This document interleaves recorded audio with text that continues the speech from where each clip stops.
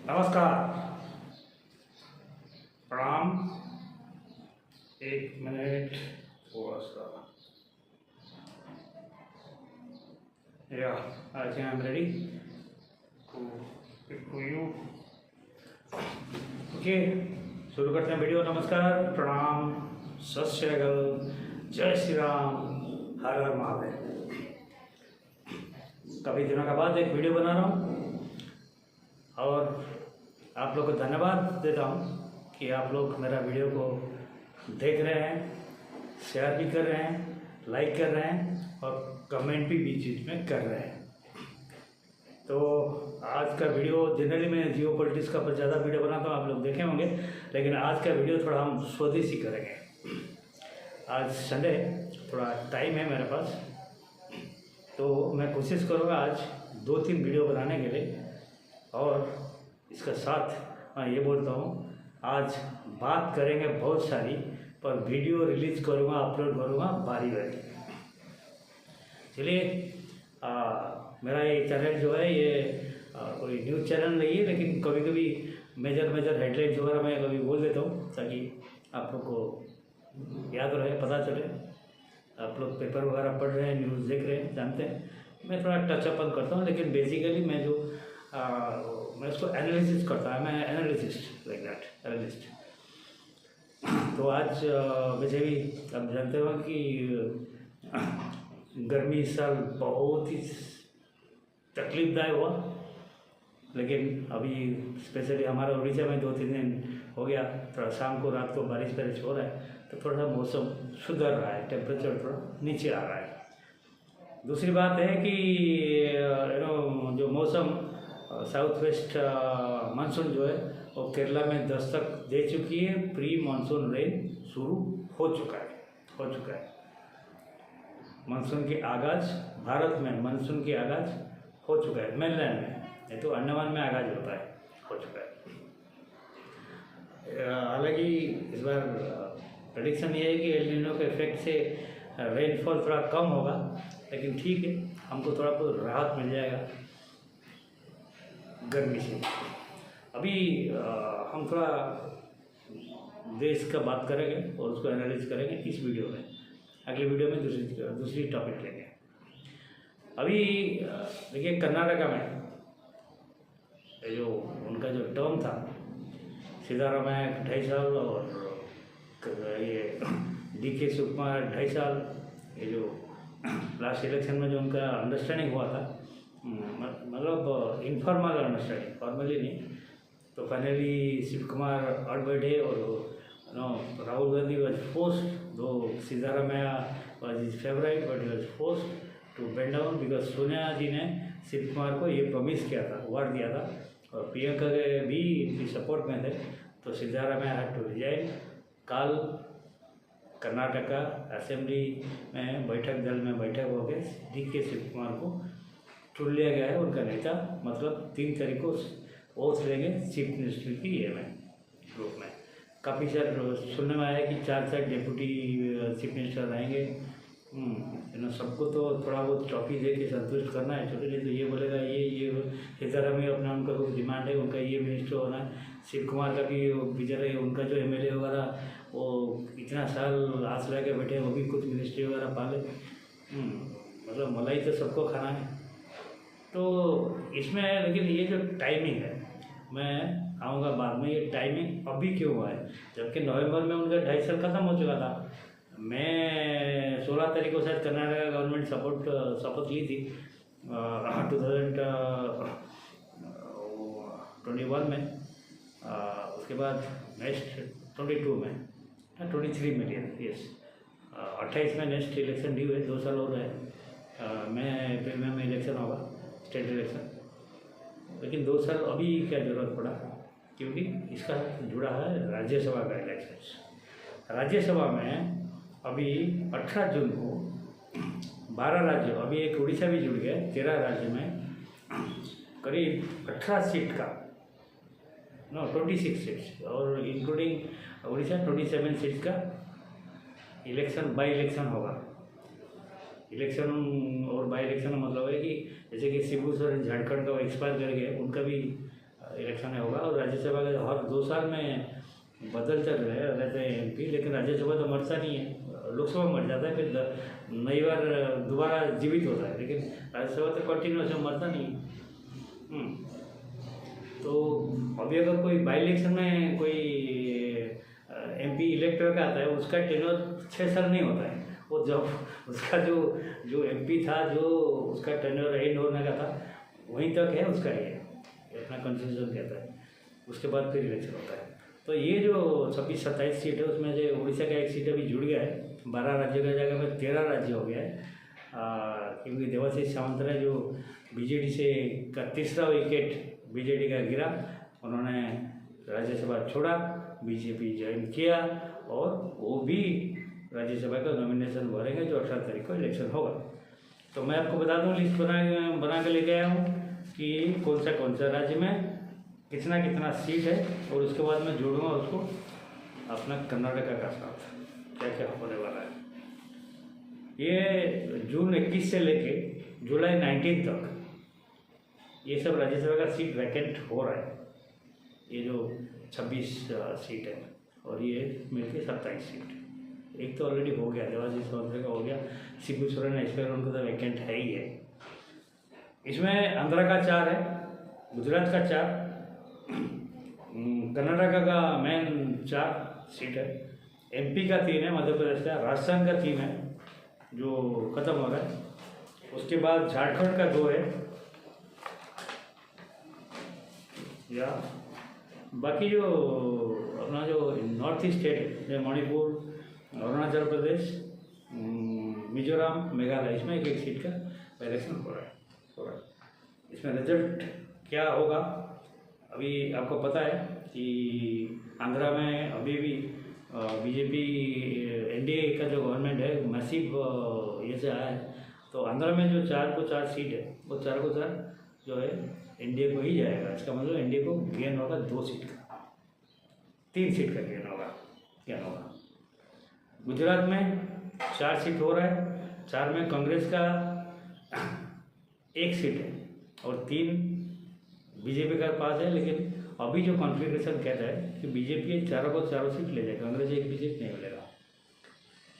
अभी कर्नाटका में यही पेंच फंसा हुआ है, पेंच फंसा हुआ था लेकिन अभी क्लियर हो गया। कर्नाटक में अभी क्या स्टेट क्या है, कर्नाटक में जो एमएलए का स्ट्रेंथ है उसमें अभी रिटायर कौन ये कर रहे हैं, मल्लिकार्जुन खड़गे कर रहे हैं, लेकिन उनको तो री-नॉमिनेट करना पड़ेगा क्योंकि वो कांग्रेस का प्रेसिडेंट है। और बड़े फिगर जो है एच डी देवेगौड़ा जो जेडीयू का रिप्रेजेंट कर रहे हैं, वो भी रिटायर कर रहे हैं, अभी उनका बहुत एज हो गया, उनको व्हील चेयर में लाना पड़ता है। हाँ, तो उनके जगह पे जेडीयू और किसी को नॉमिनेट करेगा।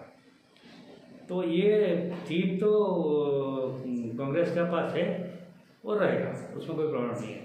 लेकिन क्यों रहेगा, अगर शिव कुमार को चीफ मिनिस्टर नहीं बना देते तो शिव कुमार का गोष्ठी का जो एमएलए है वो शायद क्रॉस वोटिंग कर देते। क्रॉस वोटिंग करने से बीजेपी एक सीट ले सकता था, लेकिन अभी जब शिव कुमार चीफ मिनिस्टर बन रहे हैं, इसका मतलब है ये खत्म हो गया।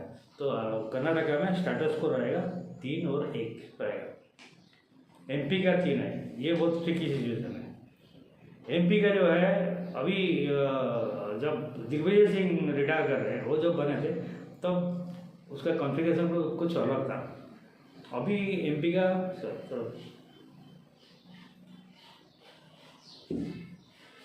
अभी जो ये दिग्विजय सिंह का जो सीट है वो भी बीजेपी अपनी ताकत से ले जाएगा।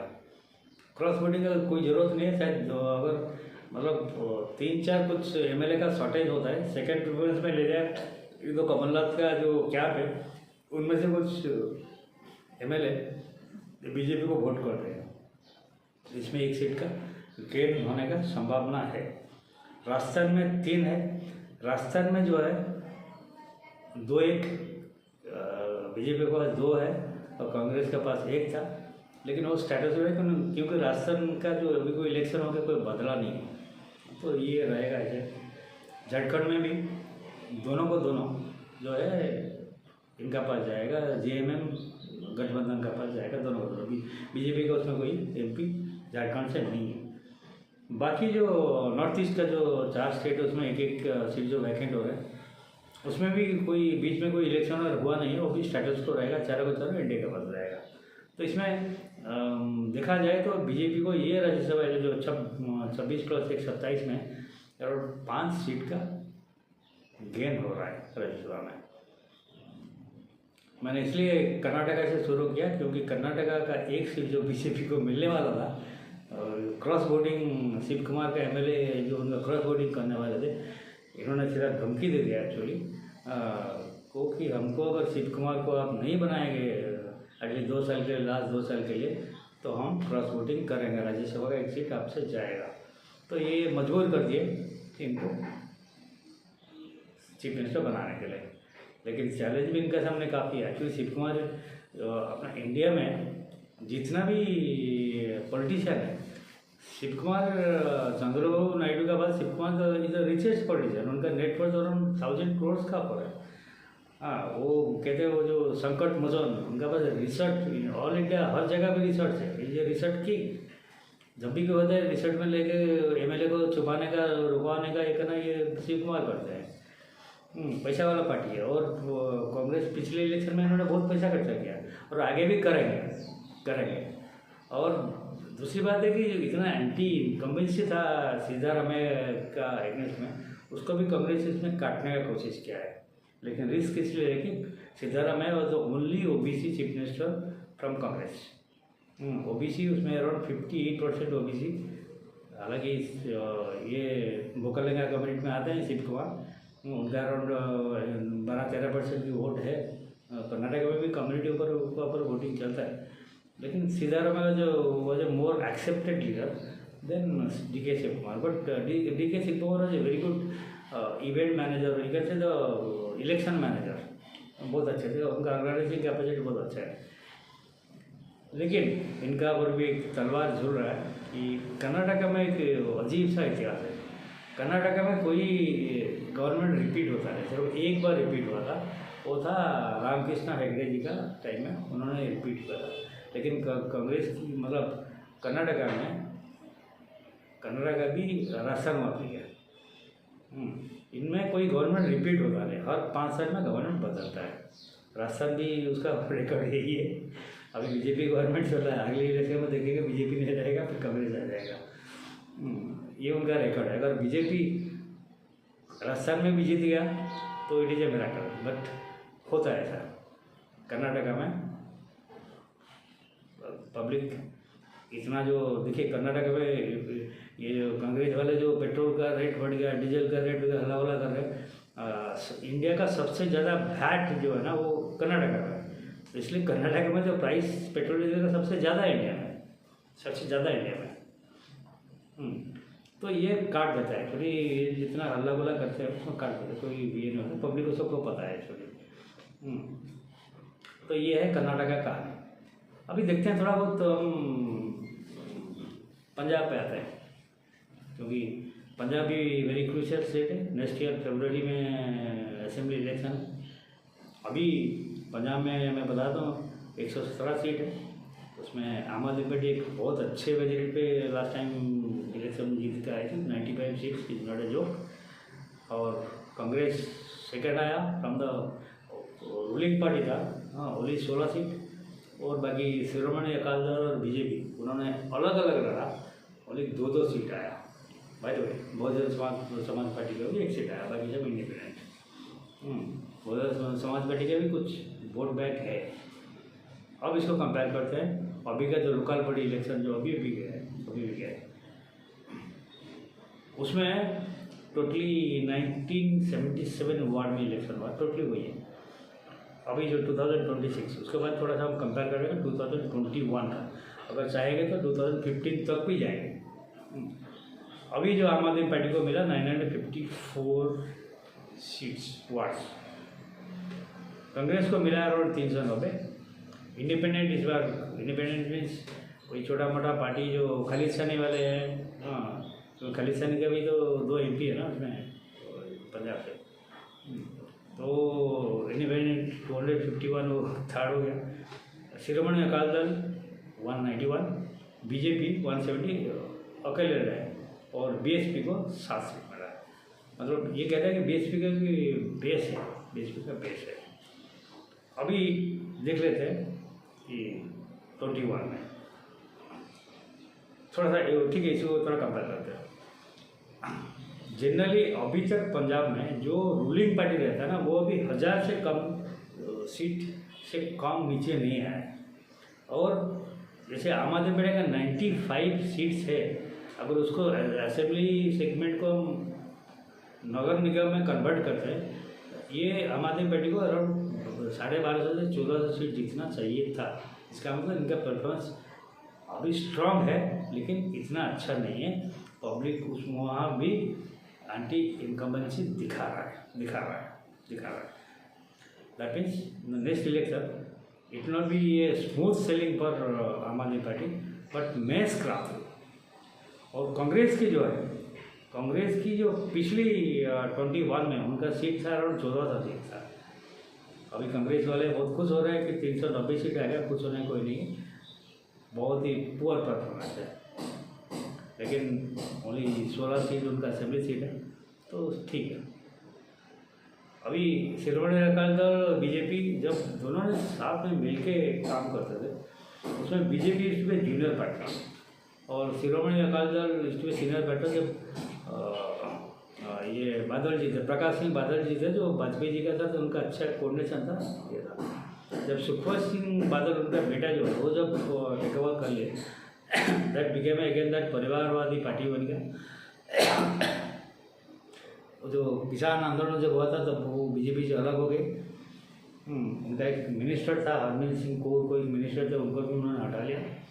सुखबीर सिंह बादल की विशेष पत्नी कोई मिनिस्टर थे, उनको भी मिनिस्टर हटा लिया और उन्होंने अकेले लड़ा।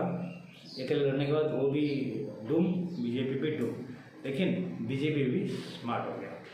बीजेपी ने जैसे कि इसमें करना, ये तमिलनाडु ने जो गलती किया एआईडीएम का साथ गठबंधन करके, तो अपनी जो वोट बैंक था, अन्नामलाई ने कोशिश कर जितना वोट बैंक बनाया था उसको भी अपने गंवा दिया। और ये शिरोमणि अकाली दल के शैडो में रह के बीजेपी पंजाब में कभी ग्रो कर ही नहीं पाई। इसलिए अभी बीजेपी ग्रास रूट से तैयार कर रहा है अपनी वोट परसेंटेज बढ़ाने के लिए। तो इसके देखते हुए 170 सीट इज नॉट बैड।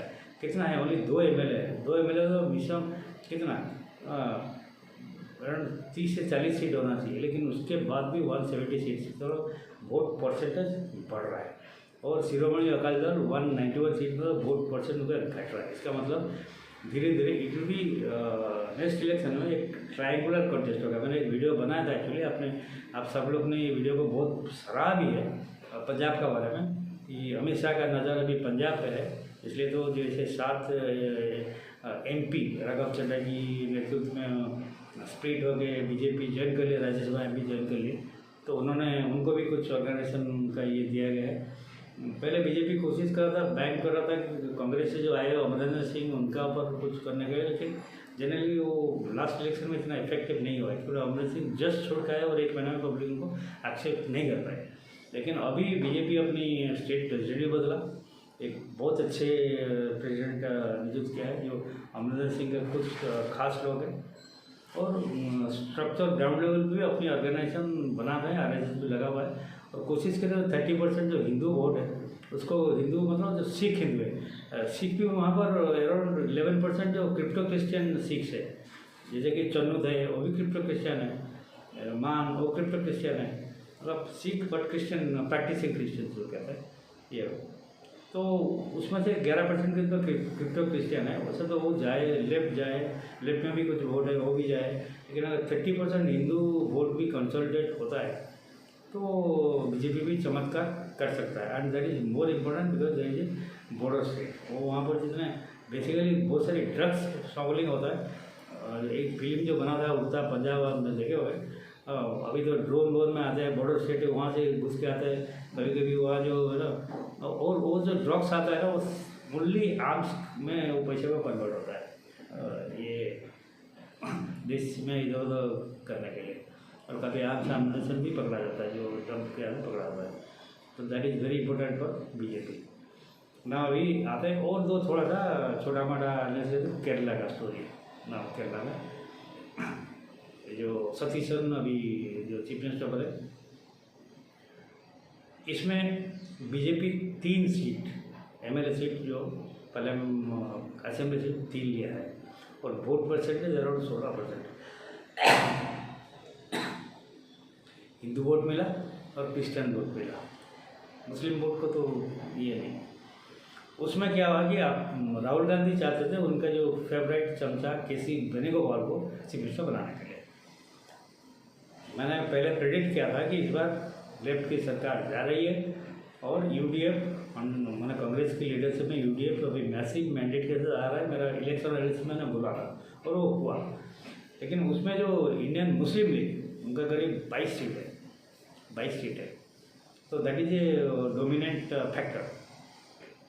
ये राहुल गांधी की चॉइस है वेणुगोपाल, लेकिन मुस्लिम की लीग की जो चॉइस है वो सतीशन। और प्रियंका अड़ गई कि सतीशन को बनाओ, क्योंकि प्रियंका वायनाड से MP है। अगली बार फिर उनको वायनाड में फेस करना पड़ेगा ना, और वायनाड में इंडियन मुस्लिम लीग का काफ़ी दबदबा है और इंडियन मुस्लिम लीग के लिए ही वायनाड वो जीतती है।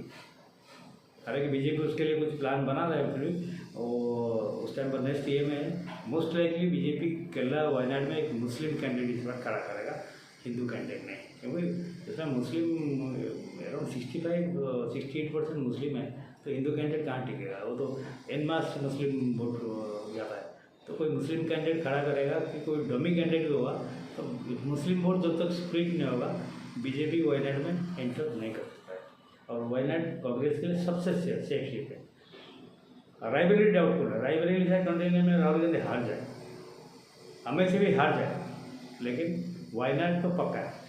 वायनाड में कोई उनको हटा नहीं सकता unless there is some Muslim vote split. तो बीजेपी का स्ट्रैटेजी ये है कि ये जो अभी सतीशन टेक ओवर करते ही मुस्लिम लीग का प्रेशर में एक ब्लंडर कर दिया। एक अराउंड 400 एकड़ का जमीन जहाँ पर 800 हिंदू और क्रिश्चियन परिवार रहते थे, उसको उन्होंने वक्त को दे दिया। हालांकि वक्त जो बिल पार्लियामेंट में पास हुआ है उसका अंदर काफ़ी प्रोविजन है। अभी डिस्ट्रिक्ट मजिस्ट्रेट देखेंगे, ये पिटिशन देंगे, वो जो वक्त काउंसिल का पावर खत्म हो गया ना, उसके बाद कोर्ट में जाएगा, हाई कोर्ट का पावर आ गया, सुप्रीम कोर्ट का पावर आ गया, जो पहले नहीं था। ये वक्त बोर्ड में जो चेंज चांज हुआ, लेकिन इसमें क्या है कि वक्त ने जब दवा ठोक दिया तो उन्होंने उसको काउंटर किया, लेकिन इसमें जो भी और थोड़ा बहुत जो क्रिश्चियन वोट्स वगैरह केरला में ज़्यादा था, ये वो धीरे धीरे अभी कुछ मिला है बीजेपी को, धीरे धीरे वो बीजेपी की तरफ आएगा और हिंदू कंसोलिडेशन भी बीजेपी की तरफ होगा। तो शायद नेक्स्ट इलेक्शन 5 साल का बाद जब होगा तो मेरे ख्याल से बीजेपी अभी शायद, अभी तो जैसे ट्रायंगुलर कॉन्टेस्ट नहीं हुआ था, दोनों का हुआ था, लेकिन बीजेपी बीच में घुस गया। लेकिन अभी अगली जो ये होगा ये UDF वर्सेस बीजेपी होगा। Left is finish now, left का कोई बेस नहीं है, मतलब केरला में नहीं है, तो all over the India left is finish complete wipe out. तो अगली इलेक्शन जो है ये UDF वर्सेस बीजेपी अगर हो गया, बीजेपी मेन ऑपोजिशन हो जाता है, तो नेक्स्ट ईयर में 10 साल के बाद बीजेपी गवर्नमेंट केरला में भी बन सकता है। अभी यहाँ पे तमिलनाडु पे जो पॉलिटिक्स चलता था, द्रविड़ पॉलिटिक्स, DMK और अन्ना DMK, इनका दबदबा टोटली ख़त्म हो गया। जो फिल्म स्टार विजय आए, उन्होंने अपना TV के पार्टी बना के उन्होंने 107 करीब सीट ले लिए। बाद में कांग्रेस और जो DMK के जो पार्टनर थे, कांग्रेस, CPIM, CPU और एक पार्टी जो है दो MLA जीत के आए थे, उन्होंने सपोर्ट दे दिया और बीजेपी कंफर्टेबली मेजोरिटी से गवर्नमेंट बना लिया। साथ में DMK का एक टूटा खड़ा, उन्होंने भी इनको सपोर्ट दे दिया। लेकिन हालांकि DMK में भी काफ़ी उन्होंने फिर कर दिया कि इनको ये करो, डिस्क्वालीफाई करो, 2/3 मेजोरिटी नहीं है, ऐसे कैसे देंगे, पार्टी व्हिप का एगेंस्ट में जाए। उसके बाद 5 MLA तो अपनी MLA सीट रिजाइन कर दिए और जगह TVK में मेंबरशिप लेके वो शायद वो जब बाई इलेक्शन होगा उसमें लड़ेंगे। अभी तमिलनाडु में इवन त्रिची का सीट इन्होंने विजय ने वैकेट किया, तो करीब 6 सीट के लिए बाई इलेक्शन होगा उसमें। लेकिन मैं सोच रहा हूँ कि ये बाई इलेक्शन में बीजेपी हारे चाहे जीते अपना कैंडिडेट देके खुद अकेले जाना चाहिए। भाई तो भाई ये जितना अभी जो एडीएम का दिए थे उनको फिर काफ़ी स्ट्रिक्ट एक्शन उस साइड में पन्ने में उनको पार्टी रेस्टोरेंट निकाल दिया है क्या, फिर कुछ घूम घाम के आगे फिर उनका पाँव जाओ पकड़ के भाई गलती हो गया ये हो गया, फिर वापस आ गए एडीएम के। लेकिन एडीएम के जो है एडीएम के अभी उतना स्ट्रॉन्ग फोर्स नहीं है। बीजेपी अगर अभी भी अन्नामलाई को ला के फिर से ग्राउंड लेवल से अपनी बेस बनाने का कोशिश करे तो हो सकता है अगली इलेक्शन में कुछ ना कुछ मिरेकल होने का संभावना है। लेकिन अभी तो जब पार्लियामेंट्री इलेक्शन शुरू होगा, राज्यसभा में देखते हैं डीएम का तो लोकसभा में 22, राज्यसभा में 10 मेंबर्स है। अभी देखते हैं कांग्रेस का साथ उनका मुकाबला कैसे होता है। टीवी के तो कोई अभी है ही नहीं है। अभी अगले कभी सीट वगैरह तमिलनाडु में खाली होगा तब जाके टीवी के विजय अपनी कोई राज्यसभा में एमपी भेज सकते हैं। तो ये है साउथ का पॉलिटिक्स और पंजाब को मैंने डिस्कस किया। तो मैंने बोला था ये वीडियो में पूर्ण स्वदेशी बनाऊंगा। आज यहीं पर मैं वीडियो खत्म करता हूँ। नमस्कार, जय हिंद, भारत माता की जय, वंदे मातरम।